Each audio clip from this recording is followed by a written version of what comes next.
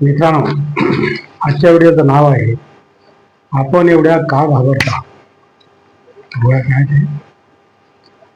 प्रत्येक माणसाच्या मनात अनेक भावना असतात. त्यापैकी भीती अशी भावना आहे जी आपल्या व्यक्तिमत्वाला अत्यंत प्रभावित करते. बघूया. भीतीची दोन मुख्य कारणे असतात, एक वास्तविक कारण तर दुसरे काल्पनिक कारण. बघूया. वास्तविक कारणामध्ये स्वतः व इतरांनी अनुभवलेली भीती येते व काल्पनिक कारणात अंधविश्वासजन्य भीती असते. पुढे बघूया. वास्तविक भीतीत काही भीती अशा असतात ज्यांचे कोणतेही निदान नसते, बरोबर, पण ज्या भयाचे निदान शक्य आहे त्यामुळे माणूस, विशेषतः महिला, उगाचच भयभीत होतात. बघूया पुढे काय. अशी तर भीतीची जाणीव कोणत्या ना कोणत्या टप्प्यावर प्रत्येक प्राण्याला असते, पण महिला पुरुषाच्या तुलनेत काहीशा जास्त घाबरतात, ज्यामुळे त्यांच्या व्यक्तिमत्वाचा विकास पूर्ण होऊ शकत नाही. कधी कधी जाता भीती मानसिक रोगाचे रूप घेते. पुढे बघूया मित्रांनो. जंगली प्राण्यांना पाहून भीती वाटणे स्वाभाविक असते, पण काही महिला तर उंदीर व मांजरालाही घाबरू लागतात.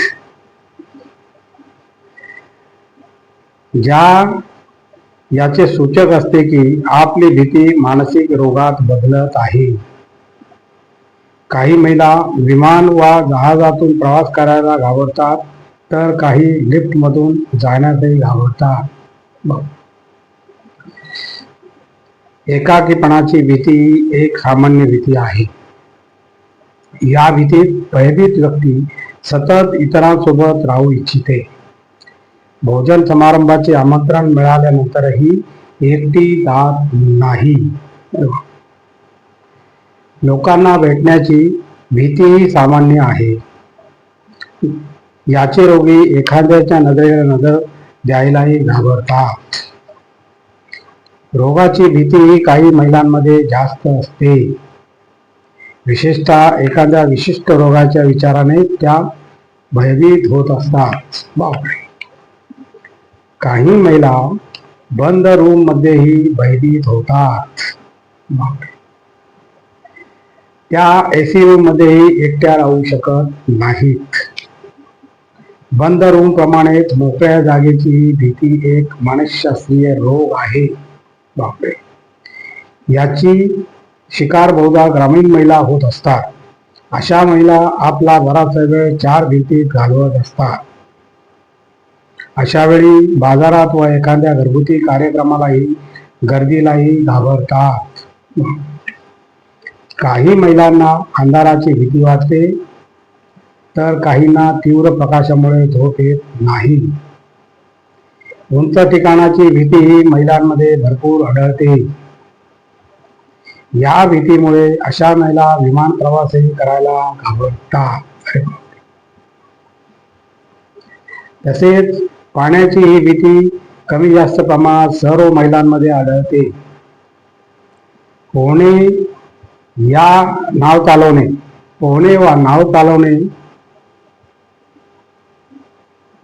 पोहणे वा नाव चालवणे तर दूर, पण नदीकाठी उभे राहताना त्यांचे पाय थरथरतात.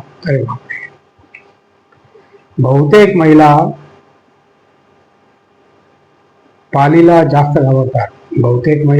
पालीला जास्त घाबरतात. पाली संबंधी त्यांचे मत असते की पालीच्या शरीरात एवढे विष असते की ती सापाला चावली तर सापही मरेल. या वास्तविक भीती शिवाय काही काल्पनिक भीतीही असतात. या भीती अंधविश्वासापासून उत्पन्न होतात. काल्पनिक भीतीचे रूप बहुधा ग्रामीण व अशिक्षित असतात. या भीतीच्या रोगामध्येही महिलांची संख्या जास्त असते. यात भूत हडळ्यांची भीती मुख्य असते. भीतीवरील उपचारामध्ये धाडसी कथा खूप उपयुक्त असतात.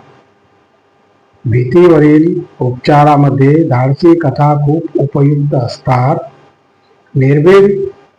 निर्भीडतेचा गुण उत्पन्न करण्यासाठी महिलांनी आपली भित्र्या प्रवृत्तीच्या मैत्रिणी व शेजारणीशी संपर्क कमी ठेवायला हवा व धाडसी महिलांच्या सहवासात जास्त राहायला हवे. आणि मित्रांनो, अशा प्रकारे आपला व्हिडिओ संपलेला आहे. आणि तुम्हाला जर माझा व्हिडिओ आवडला तर लाईक करा, शेअर करा, सबस्क्राईब करा आणि कमेंट जरूर करा. नमस्कार. जय हिंद.